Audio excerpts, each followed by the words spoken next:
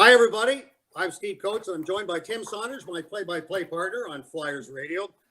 And we're off to a great start. I love doing Zoom calls when the team looks great. We've won 2 in a row.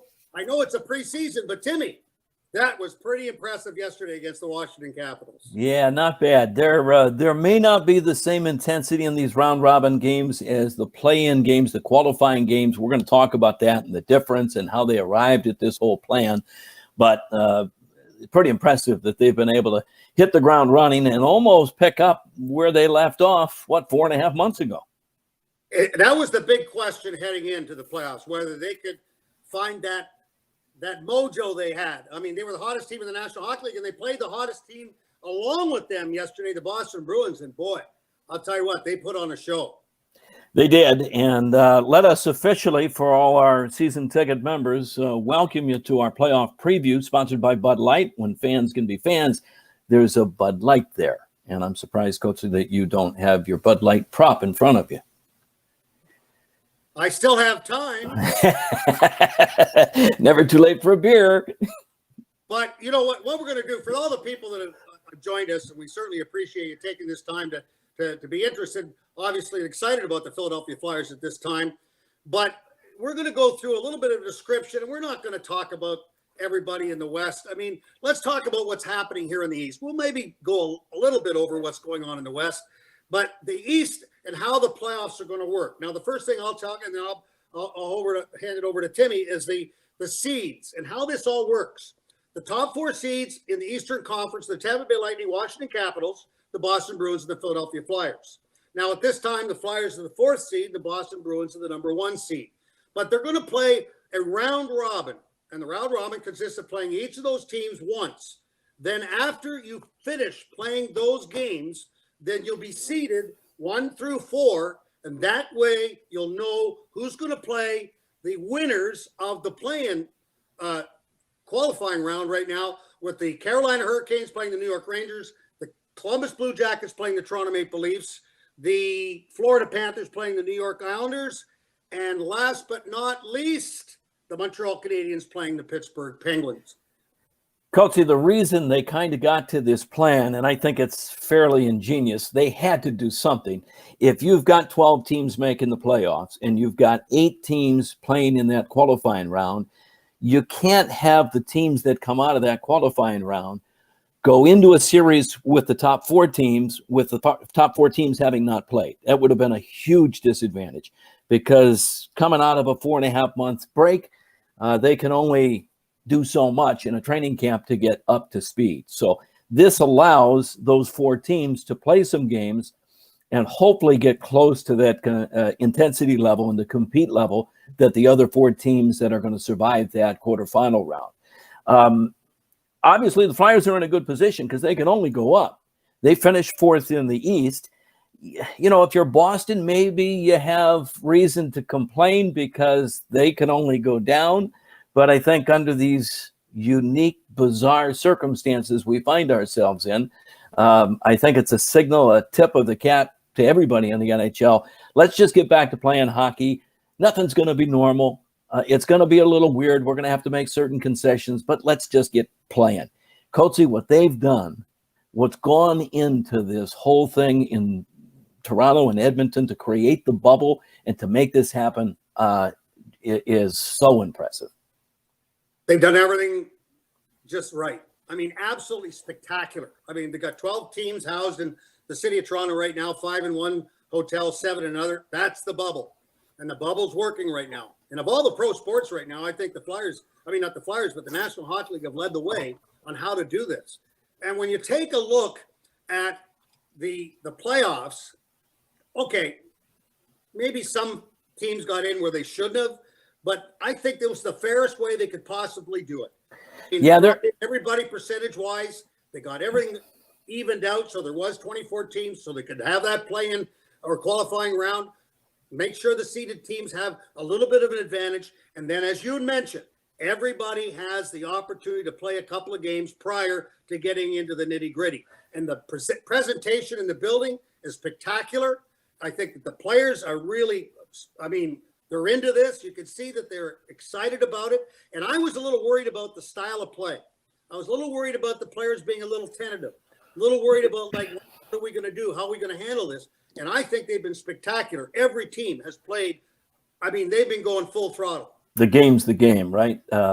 Yes, it doesn't feel normal without fans and without all the noise in the building, but the game's the game. And most of the guys have said that once the game starts, that all goes kind of out of their mind. And I think intensity will continue to increase as we move on. But you're right. There was no easy way to do this. And there were a couple of teams that found themselves at a bit of a disadvantage because toward the deadline, there were a few teams, Montreal included, who were already planning for next year and planning on not making the playoffs. They were settlers at the deadline, almost conceding, if not publicly, privately, that they weren't going to be in. And now Montreal finds themselves in a series with Pittsburgh. And how about that upset in game one? You know, ironically, and I know this, I'm just throwing this out. It's all, you know, some people write, I mean, just to create a thought process is that if the playoffs ended right now, the Flyers would play the Montreal Canadiens. Of course, that's not the way it's going to go. But, boy, that would be a great thing because it'd be 1 against 12 and it would work out perfectly. But the tough thing right now is you have no clue. I mean, there's so many things can happen in 3 out of 5 series. And I'll give you a number, 82% of the time in a 3 out of 5 series, in the years that they've had this type of playoff, the number or the team winning the first game wins 82% of the time. Carolina's already up 2-0 on the New York Rangers. And then you mentioned Montreal's got that 1-game lead right now over the Pittsburgh Penguins. And how about Columbus beating the Toronto Maple Leafs? Islanders right now leading the Florida Panthers. But I don't think we're going to see a real good look at this until we get one more game under our belt as far as the seeded teams. And then on top of that, one more or maybe 2 games out of that 3 out of 5 series from those 4 playoff series. You mentioned that number about if you win game 1 of a best of 5, and the NHL hasn't seen best of 5 series since the 1980s. There was another number that in prepping for the game against the Bruins yesterday that we stumbled on. Coatsy, if you take the top 4 teams in Eastern Conference and look at their record head-to-head against the other 3 top 4 teams, it was an exact reverse order of what their winning percentage was in the regular season once it was declared over. So the Flyers were first and Boston was last in the head-to-head against those 3 teams. So I think it's very reasonable to expect that the Flyers are going to move up here. Maybe that means they avoid Pittsburgh, but Pittsburgh's got their hands full right now, and there's no guarantee that Pittsburgh's even going to be there. So you've been in hockey forever, and you know the old adage, as soon as you try to plan who you're going to play in a playoff series, it comes back to bite you in the butt. So you never try to do that. That's why you play the games. You have to play the games. And you can basically control your destiny here by winning the round of the 4 seeds, top seeds, and to move on to be able to get the lowest seed coming out of the qualifying round. But, you know, who knows right now? I mean, Columbus Blue Jackets, they were so beat up during the regular season, and now they got everybody back. You know that John Tortorella, this is his time, prime time, man. He's a good coach, and he's already won up on the Toronto Maple Leafs. So anything can happen right now. But what happens after this, and we should explain, once we get by this seeded round and the qualifying round, then the playoffs will start as they would if we were back in a normal circumstances, the middle of April. Everybody's excited. The only thing's happening is that it's all coming from one area. And you're going to play a regular 4 out of 7 series. You're going to have regular overtime like you have in the overtime in the playoffs. And we're right back to normal as much as we can be back to normal. I'd hesitate to use the word normal. Well, Coach, I'm sure you've gotten the question that I've gotten repeatedly is what's it like doing a game where we are? And if you don't know, none of the local broadcasters for any team are in the bubble. The NHL has completely shut that down, controlled the number of people in, and to their credit, because they still haven't had a single positive test, getting teams to the bubble once they're in. They're doing hundreds of tests a day and no positive test results. So that itself is impressive. So all the local broadcasters are, for the most part, in their respective empty arenas. We're in our normal booth. with 6 monitors set up in front of us showing us various things. Are we disappointed that we're not in the bubble? Coach, you and I have had the conversation many times. I think there's some mixed emotions because you always want to be with the club, with the team when you're going through a playoff run. Under the circumstances, it's probably not a bad thing that we're not. I'd be worried about you in a bubble anywhere, but Toronto especially. That's a very good point. I'm glad you finished up with that. That's probably why we're not there. They probably had to have a quick meeting and said, do we want this guy in the bubble? No. But it's a great move by the National Hockey League. What they did is they took 31 players, then all the support staff being masseuses, equipment managers, athletic trainers, managers, coaches. I mean, you've got 8 coaches right now at the Philadelphia Flyers between video coach and skill coaches and assistant coaches, goaltending coaches. So you got a lot of people in that bubble, and they got it all in control, and I think that they did it the right way. Now, is it the perfect way to do a broadcast? No, it's very, very hard because you're not looking at the action. The action is a 200 by 85 area, and you can see it all happening. And you're looking at from the top of a building, and you understand what's going on. Now you have to look at one monitor that's showing the whole ice surface, and at the same time, especially for you as a play-by-play guy. An analyst, it's a little bit easier. For you as a play-by-play guy, you've got to be able to take all that in on the big screen, and at the same time, now you got to look down to the tight shot to be able to see what numbers are and who's actually involved in the play. Well, so there's a lot more involved in this, and that's why this isn't the answer. What you got to do is you got to be in the building to do the game properly. You know, it's interesting you say that because we haven't talked about this. I've described calling the games this way as doing it with one eye tied behind your back, because you have no idea the number of different things your eyes go to during a broadcast that you rely on. And then you get the reminder now when we don't have that ability. But I would think it's got to be harder on you, the analyst, because the play-by-play guy's following the puck and following the play. That's what I have to be focused on for the most part. And the analyst is just the opposite. You got to be a bigger picture. And right now you're not getting that big picture. No, yeah, I use that big screen that's showing the full ice surface, and then you kind of zoom back to when you have the tight shot, but you can't do anything as far as like, okay, where did that come from? Like that goal last night when Sanheim gave the nice pass to Raffle. I mean, it happened so quickly, but Sanheim came into the picture late. And when that happened, now all of a sudden you're going, well, hold on, where did he come from? Who was that? And then all of a sudden it was to Raffle with the nice pass.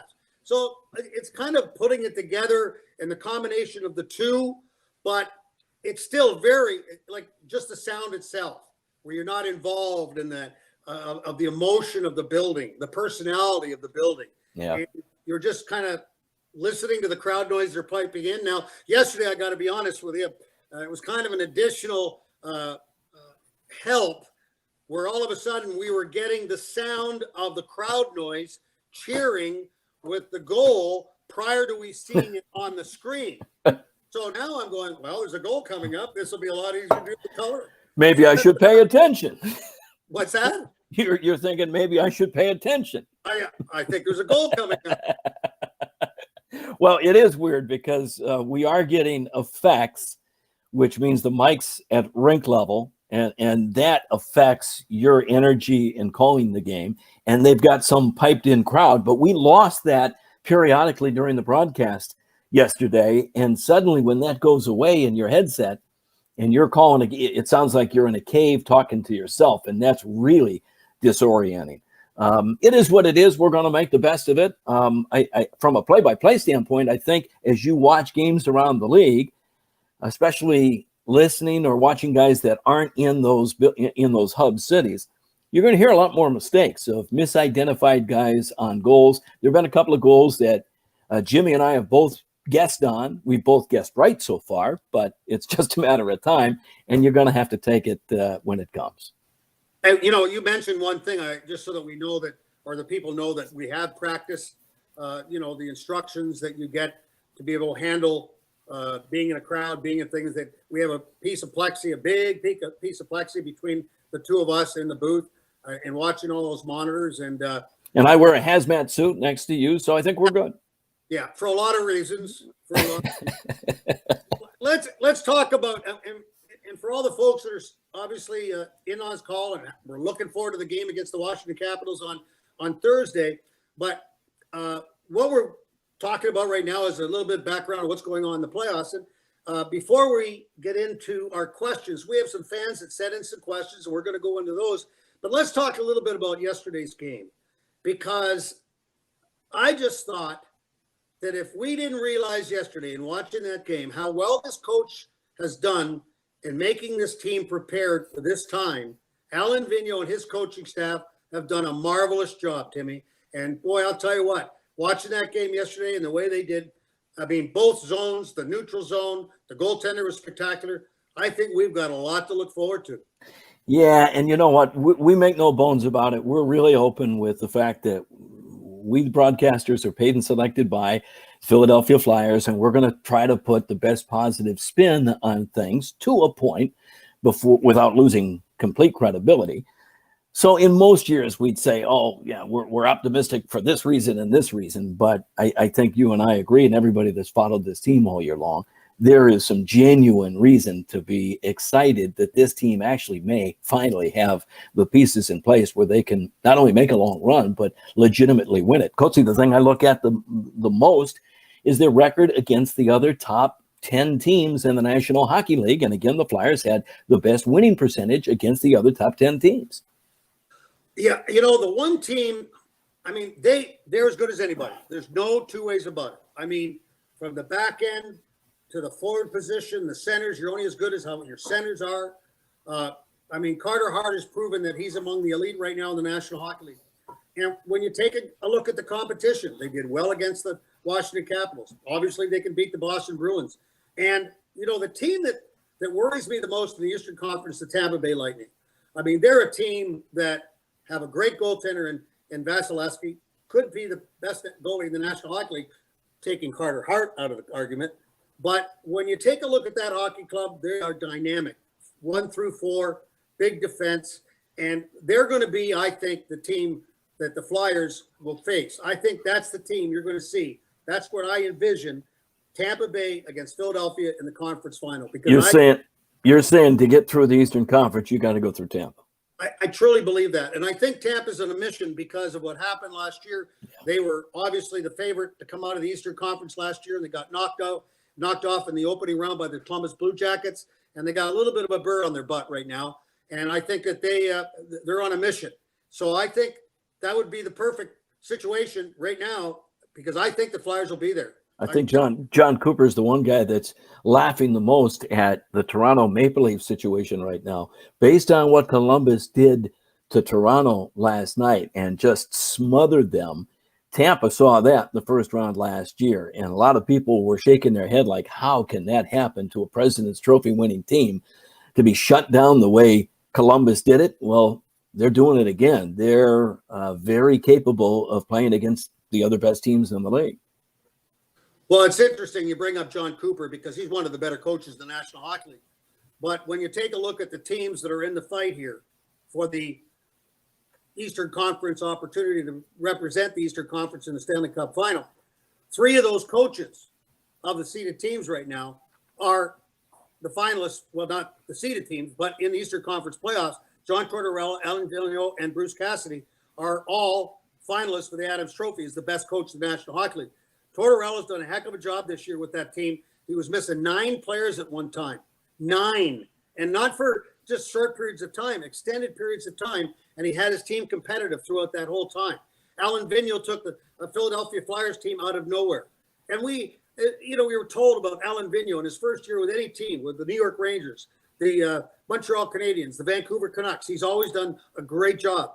And boy, did we see that. And he is certainly deserving of being in that final. And Bruce Cassidy, I mean, he's done a heck of a job, took the Bruins to the Stanley Cup Final last year, and he's back again as a top seed in the Eastern Conference. So that's what's going to make it tough. Coaching becomes very, very visible at this time of year. It develops a personality. You can see a team being coached now, and the successful ones are the ones that move on.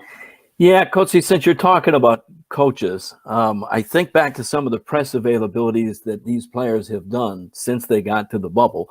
And a lot of them have talked about AV and what is it that makes him the successful coach that he is. You referenced that The first time he's been with 3-4 other clubs, he's taken them to the playoffs in the first year. So he has an immediate impact wherever he is.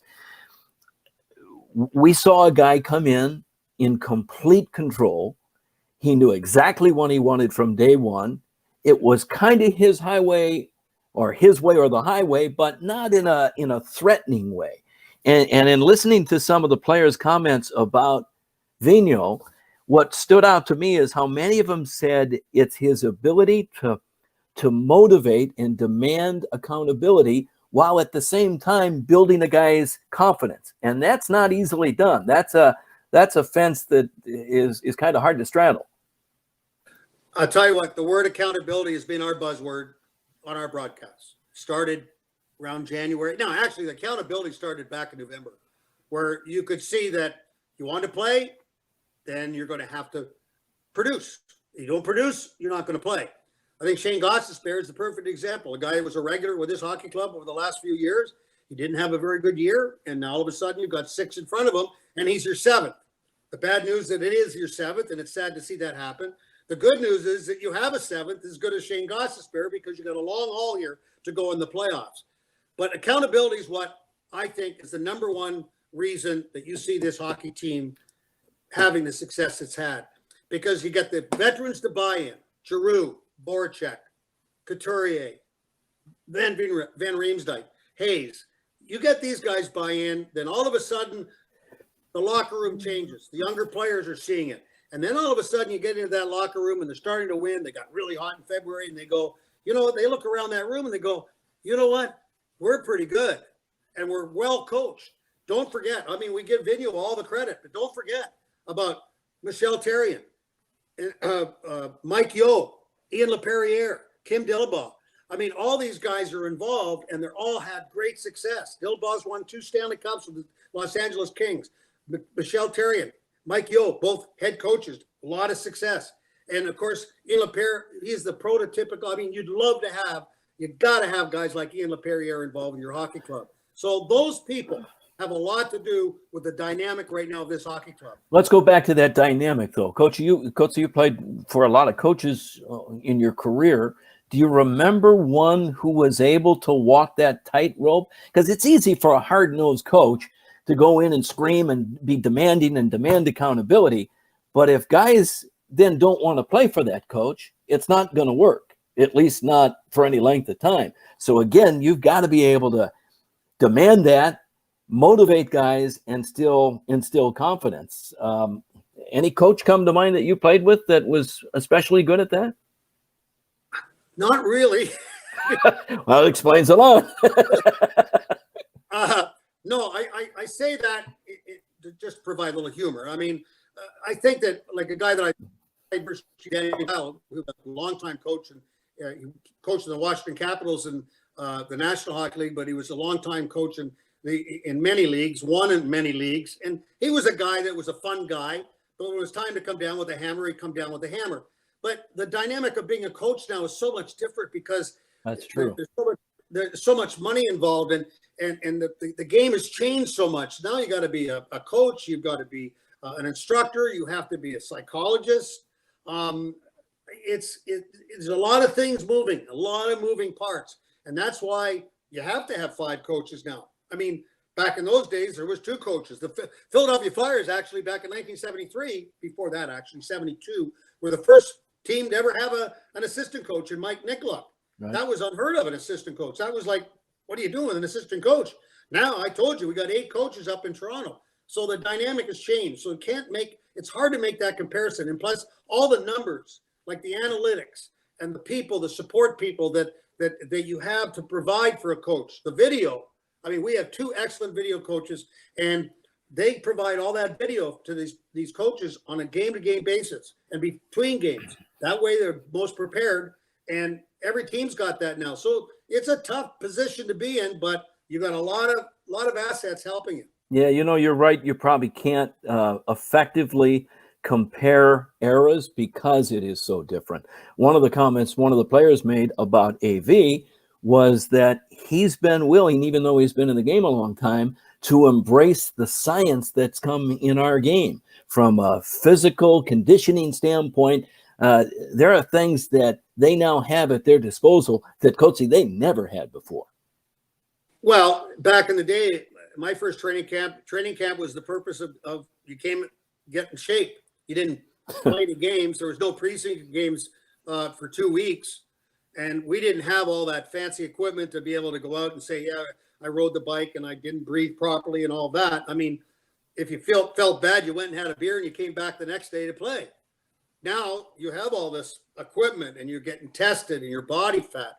I mean, they tested me when I was with the Detroit Red Wings, and they got the results back and I was clinically dead. I mean, it's changed a lot, but every team's done that. And that part hasn't. No, that's right. But the idea, and it's best to go by what the Philadelphia Flyers philosophy is. It's not about the broadcasters. It's not about anybody else. And everybody comes to work.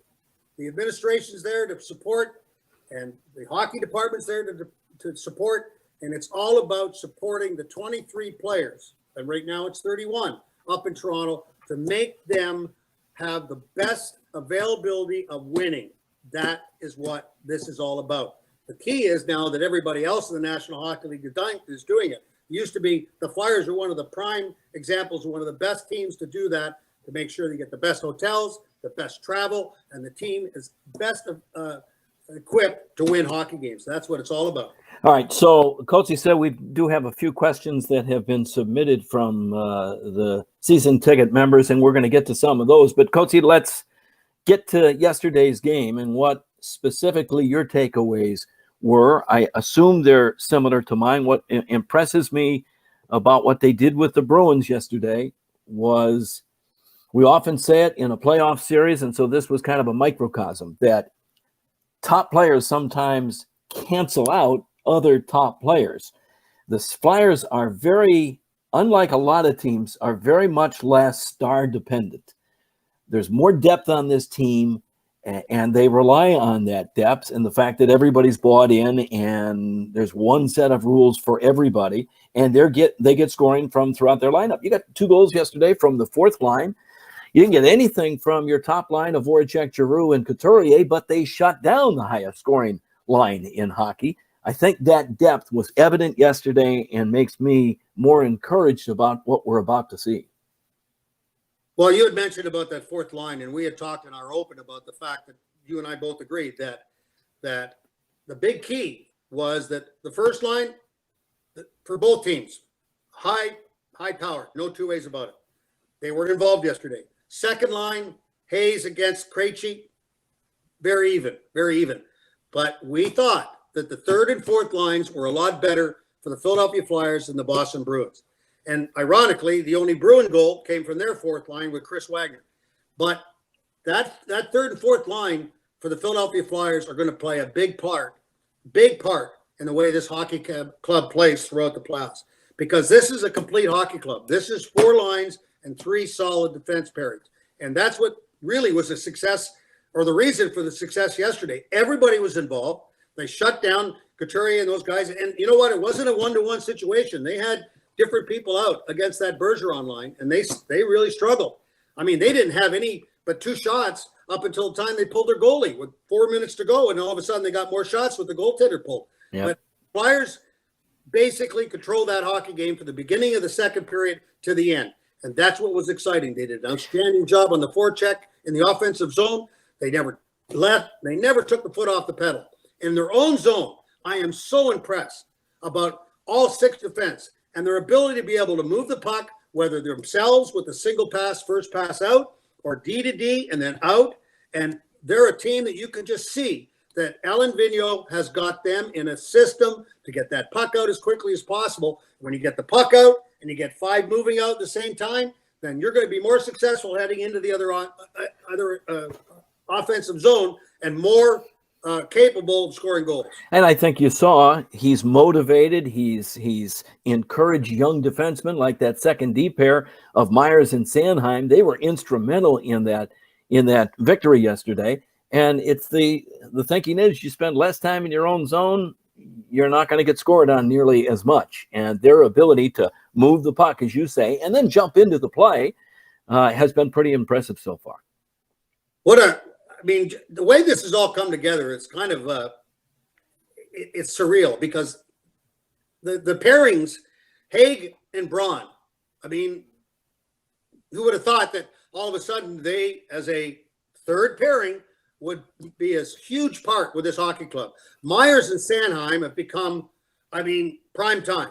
No two ways about it. They are prime time. And when Niskanen was picked up and put with Provorov, it was the perfect combination because Niskanen's got a cup under his belt. He's been a veteran in this National Hockey League. He plays the game properly, and to handle or help Provorov, they got to be one of the top pairings in the National Hockey League right now. So, this hockey club has got a lot to look forward to, and I'm excited about it. Yeah, some fans may wonder after that description, where exactly does Shane Gostisbehere fit in? Yesterday was a good example of what Robert Haig brings to the lineup. He is so physical, and that's something that you've got to have back on the back end. Gostisbehere is dynamic, and he's got a unique skill set, and there's no question in my mind that he's going to be a big part of this moving forward. But you need guys like Robert Haig in the lineup too. Oh yeah, there's no two ways about it. He led the team in hits again this year with 136 hits. He's led the team in hits over the last few years. There's a guy that literally loves to, outside of Gudas, they went back and forth as far as the amount of hits on this hockey club. But Haig truly, really enjoys taking the body. That's his game. And I asked him in an interview one time, I said, do you think the rules are changing? He said, I really don't care. I'm going to continue to play my game. And he does that. And that's an important factor back there because if you've got that physical presence back there, it makes a forward look a little bit differently when he's going to go into the corner when he sees Robert Haig on the net, on the ice. So I made the statement that the Flyers are not star dependent. They didn't have anybody in the top 30 in scoring. Coatsy, is that an advantage or a disadvantage? To my way of thinking, it makes a team harder to shut you down if you're less reliant on one or two guys. I'll give you an example. This comes right off the top of my head when you ask me about stars. Now, back in the day when the Philadelphia Flyers were starting to make a presence for themselves in the National Hockey League, oh yeah, people knew about Clarkey and Barber, but they weren't superstars, okay? And all of a sudden, when they beat the Montreal Canadiens, went to the Stanley Cup final against the Boston Bruins, everybody said, well, the Boston Bruins were going to win that because they had superstars. They had Bobby Orr. When you take a look at that hockey club, they were probably the best team. But what won it for the Philadelphia Flyers that year? Team. They as a team were better than the Boston Bruins. So what do you want? Do you want superstars or do you want to have a complete group? 4 solid lines, 3 good pairings, and a solid goaltender. And I think we got 2 solid goaltenders, by the way, with Brian Elliott there. So you've got the complete package. And maybe an emerging superstar in the young goaltender. And if you're going to have a superstar in any position, that's the place to have it. No two ways about it. That's your last form of defense. And I don't think it's been a long time. And no offense to any other goaltenders. We've gone through some good ones. We've had some not so good ones. But this guy's the real deal. And he is what came advertised. And I think everybody in Philadelphia is excited about it.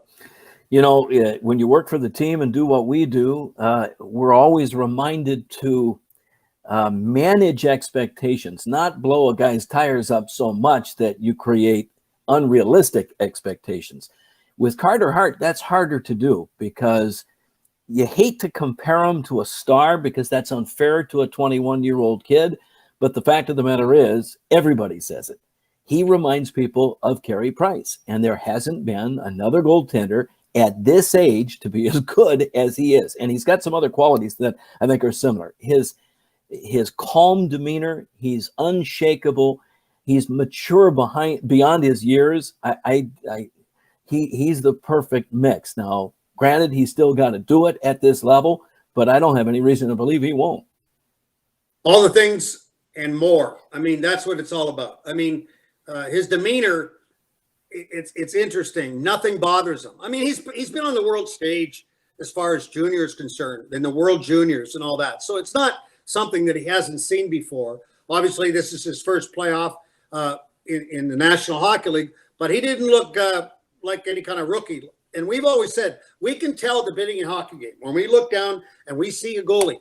You can tell if a goalie is feeling a little shaky or he doesn't look good, a little uneasy. He doesn't have that. You can see that he's on it right from the beginning of a hockey game. I don't remember the last time that he looked shaky starting a hockey game. I just don't remember. That's just how solid this guy is. All right, let's work in some of the questions from our season ticket members. Keith Critchley asks, how do you think the players are going to do with no fans in the playoffs? We sort of touched on this a little bit, but Coatsy, as the former player, do you notice it that much? I mean, you played in your day in front of some pretty small crowds. Yeah. I likened it to when it's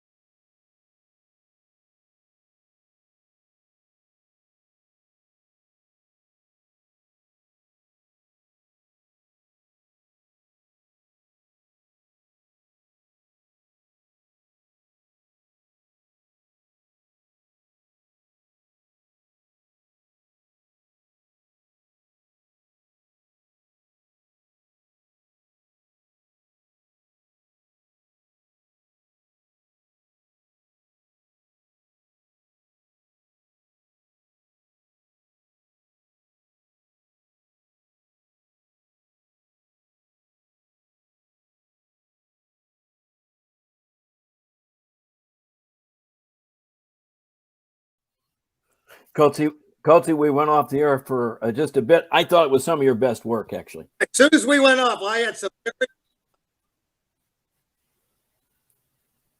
So we're looking for a thumbs up. I think we're back.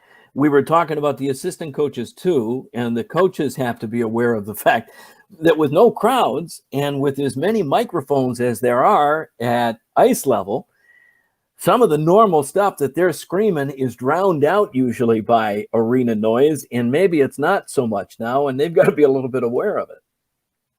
There's no two ways about it. That's an interesting. I mean, I watched a couple of coaches during the games where they were really fired up. Paul Maurice, I thought he was going to come right out of his shirt the other day when.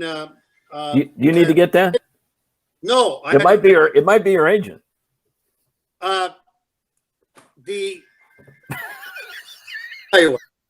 You know somebody's doing that to you, right?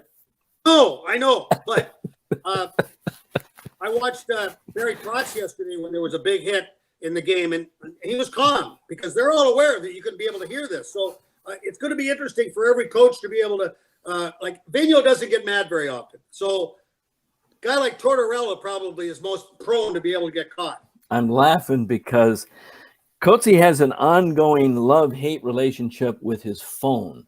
And we never really talked about this in the broadcast yesterday, but Boston forward David Pastrnak, there was a big mystery this past week because apparently, well, the thought was he lost control of his phone, that maybe one of his teammates got a hold of his phone and tweeted that Washington's Tom Wilson, in his opinion, was the greatest goal scorer in the NHL.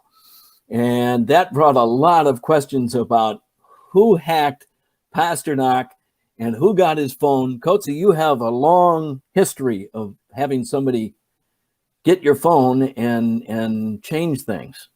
You know what? It's actually it's cult-like. When we go to we went to Montreal, and technologically I'm not, but the phone does some amazing things. I mean, amazing. So we go to Montreal, and all of a sudden, my phone went from English to French. I'm like, that's unbelievable. Unbelievable. Well, Brian Smith got my phone. And then I had Chris Terrian for many years provide some entertainment on my phone when I didn't have it. And then I had Brian Hardenberg, who is notorious for taking my phone and putting things on that, whether it be calling my wife and having her. Oh, that's a big no-no. Well, it was fun. It was fine. It was fun. Well, you've had some interesting screensavers on your phone. I have. So I feel that this was part of the entertainment here with my phone going on. All right, back to the game yesterday. Scott Laughton in 2 games played, the exhibition game against the Penguins, and then that first round robin game against the Boston Bruins. I think the majority, or at least the biggest decisions that AV's got to make in terms of his roster kind of revolve around, where does Scott Laughton make us better? Well, he makes us better just being in the lineup, but that's the number one thing. That's the easiest thing. I mean, you know, I give him a lot of credit, and I know that you're, you know, the unofficial president of his fan club, and I might be the vice president. I mean, we've always been a big supporter of Scott Laughton, number 1 draft pick, Oshawa Generals, was a big scorer, big-time scorer. And that's what you're always expecting from a number 1 draft pick. He's going to come in, he's going to light it up. Well, it didn't happen. Couturier was a big scorer in Quebec Junior Hockey League. He didn't light it up rather when he got in here, but now he does. So it takes time. Everybody has a different maturation. And Laughton worked at it. Oh, yeah, and he went through some struggles, got sent to the American Hockey League, worked that much harder at it, became a big-time penalty killer in the American Hockey League, and that is now translated into playing in the National Hockey League. So he would see that he has matured as a hockey player, both offensively and defensively. And is he a better centerman than he is a left winger? I imagine there's some arguments among the coaches about that. But the key to him is that he can play center, left wing, and right wing. He could play penalty kill. If needed be, he could be on the power play. So he's a big part of the element of this hockey club and the different interchangeable parts of the number of players that we have that do play multiple positions. Yeah, the 2 goals he scored have displayed some hands that we hadn't given him credit for in a long time. I guess it's the trickle-down effect that happens when you make that decision with Laughton, because if he's on the wing, then somebody else has got to go into the middle. Yesterday, Nate Thompson appears to be the likely candidate. And Nate Thompson, Coatsy, is one of these veteran guys that teams have often over his career gone after to add at the deadline. He's the kind of veteran player you want on a team when you're preparing for the playoffs. He is absolutely. I mean, he is a veteran 4th line guy that could play left wing, right wing, penalty killer. I mean, really good penalty killer. And there is no secret to the fact, like you'd mentioned, deadline date. Last 3 years, he was picked up by another team at the deadline date, just like this year with the Philadelphia Flyers, because he was the final piece. That was the guy that they needed as the 4th line. And that, when you look at the picture now and you look at the centers between Grant and Thompson, Hayes, and Couturier, you're really good in the middle. And a lot of purists in the game of hockey will tell you you're only as good as what you have in the middle, and we're pretty good there right now. So we've kind of gotten into this. Joseph Lombardo asks, what do some of the players that they added at the deadline bring to this playoff team? Nate Thompson, we talked about. It's funny, when they went into the deadline and there was talk of who the Flyers were looking at, Nate Thompson's a huge addition, but they were also talking about Derek Grant. And if you remember, they made the Nate Thompson trade first. And my initial inclination was, that's great. We got a veteran guy to add to the mix here. But, man, Derek Grant might have had a little bit more offensive upside. And then within a matter of hours, they made the trade for Derek Grant. Derek Grant, a 3rd-line center. Coatsy can do a little of everything. Yeah, and he brings size, number 1. I mean, we were a little bit small for the last few years, and all of a sudden we got a little bit bigger, and that's certainly a help, especially when you play a team like the Boston Bruins. But Grant had his best year as a pro last year. I mean, a lot of goals with Anaheim, coming here, did a great job, plays the wing, plays center. And the one thing that Thompson and Grant bring is grit. They're hockey players. They're not guys who are going out, they're going to play on the perimeter. They're going to play the game, both in the offensive zone and the defensive zone. And that's what it's all about. So now you're brought to to fill that void and to make everything work properly and to get the personality of the first line and the personality of the second line. Everybody brings something to the table when you put those groups together. And these two guys fit just perfectly in my Chuck Fletcher. I think Chuck Fletcher did a masterful job in those two additions. And the other thing that often gets overlooked, Coatsy, is personalities. We talk about it, but I'm not sure fans put much stock in. You got to have guys that are going to mix well with an existing team. And that's a complete non-issue with these two. No, and they fit in like a glove. And, you know, the people that were at it, Niskanen brings a great leadership ability in the locker room to help Giroux and the Couturiers and the Voraceks of this world. And then Kevin Hayes is the new kid on the block as far as loosening up everybody. He has been just outstanding both on and off the ice. And so we can go through the whole lineup and you can talk about what everybody brings to the table. And right now it's about the team. And this team is very, very much together. All right, Dean Glosser wants to know, how do you think AV will rotate the goalies in the playoffs? To me, it's a simple, this is Carter Hart's team. Is that to say they don't have great trust in Brian Elliott? Of course they do. And he's the perfect backup goaltender just because of his relationship with Hart and his expectations and the fact that he can sit for a while and come in and play well. But Coatsy, although Elliott will probably get one of these two remaining round robin games, they're going to go as far as Carter Hart takes them. Well, that's just the you know, history tells you that a number one goalie is the guy that takes you to the promised land. I mean, in 1997, we tried it with Gar Snow and Ronnie Hextall going back and forth. We got to the Stanley Cup and got beat 4 straight. I mean, you got away with it, but it's still a very tough thing to do. You like to get your goaltender. Most goalies, they like to be the guy, okay? And Carter Hart is the guy right now. And I don't think Brian Elliott is going to complain about it. He understands his position in life. And I think that if he gets in one of these seeded games, so be it. But Carter Hart's your goalie. He's looked great in training camp, and it goes under the heading, you can't plan for the unexpected. Injuries happen, knock on wood. Let's hope that doesn't even become an issue. If they have to go to Brian Elliott, I think the whole team has great confidence in it.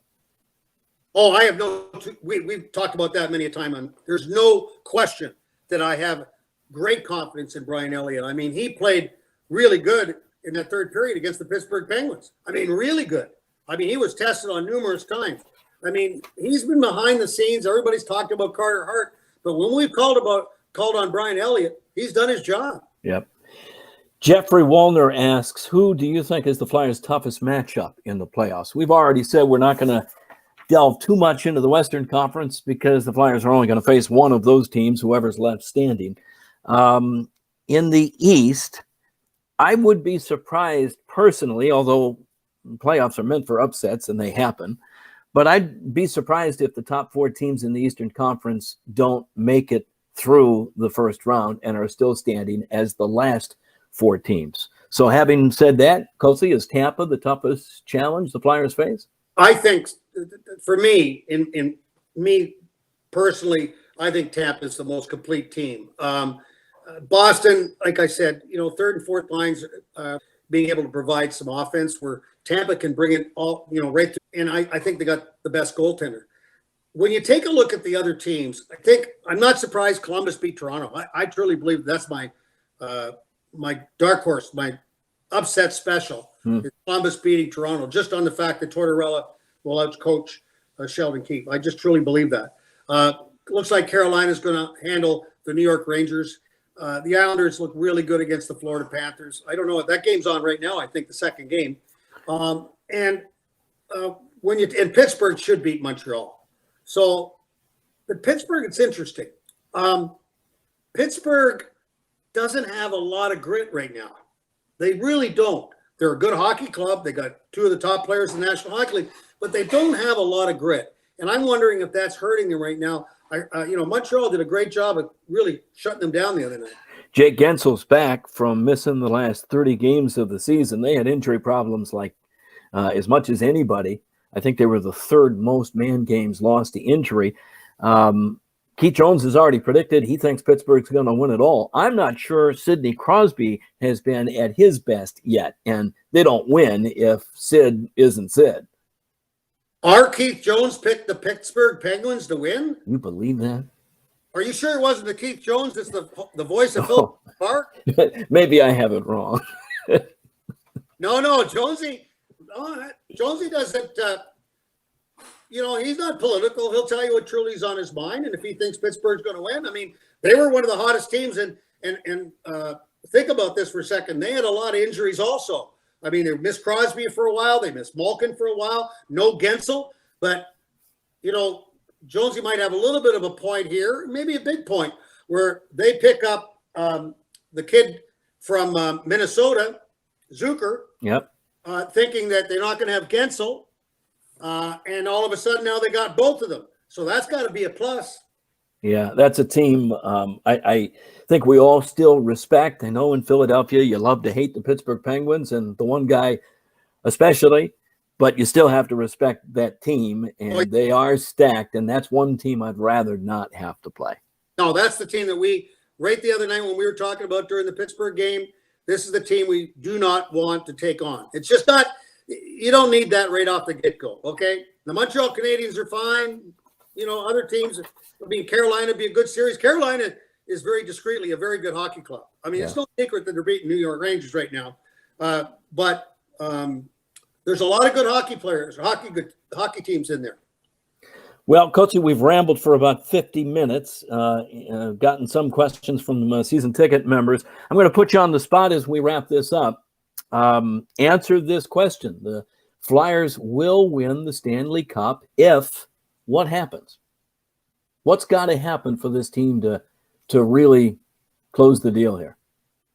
Wow, that's a good question. I mean, first of all, they're doing what you need to happen, but number one, stay healthy. You got to stay healthy.